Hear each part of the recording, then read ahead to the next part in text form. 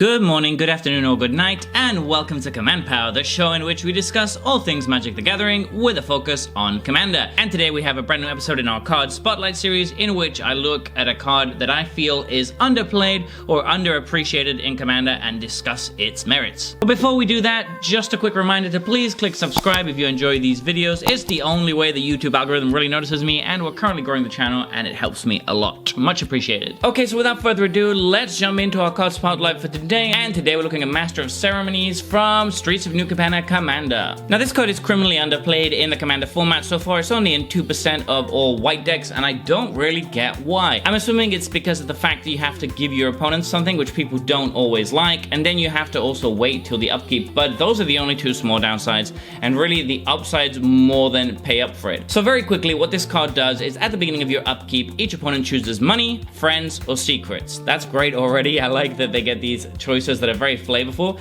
For each player who chooses money, you and that player each create a treasure token. For each player who chooses friends, you and that player each create a 1/1 green and white citizen creature token. And for each player who chooses secrets, you and that player each draw a card.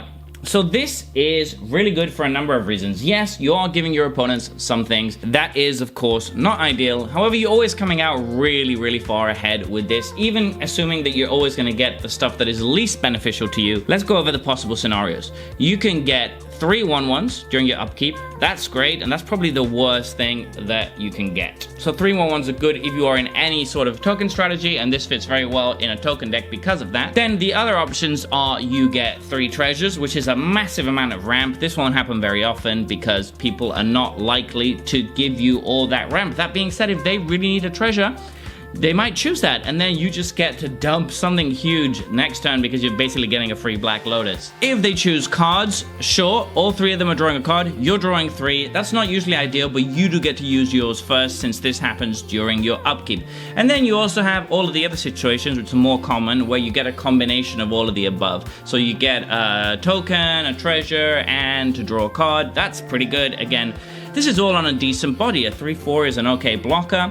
So I feel like it's just no matter what happens, you're always going to be getting some decent value. And this has come down in a bunch of our local games in our meta and just absolutely dominated the board because the opponents are kind of doomed if they do and doomed if they don't. It doesn't really matter what they choose. You're always getting something really good and are going to have a really big turn the turn after you play this. Yes, you do occasionally run into the treasure deck or the token deck opposite you, which is going to take advantage of this.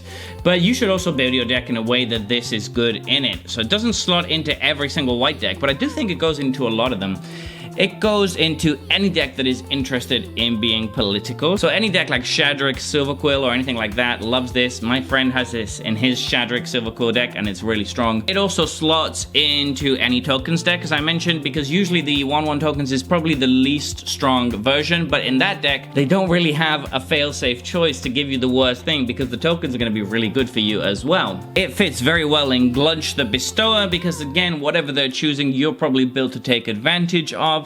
So you're absolutely okay with that. There are just quite a few different decks where this is really good. Is it an A tier bomb? No, it isn't, but it is a card that's going to actually snowball really hard if it's left on board, but it's also not threatening enough to demand an immediate removal. There's a lot of other cards on the board that are probably going to be more high profile than this. And you've probably noticed that is a theme in our card spotlights. We want cards that are really good but don't actually stand out that much or give our opponents stuff so they don't feel that bad about them, because then they're not as likely to remove them, and that's really what we want. We want our stuff to stick around, specifically with a card like this, like Master of Ceremonies, that kind of snowballs over time. So there you have it. That has been our card spotlight for today. What are your thoughts on this card?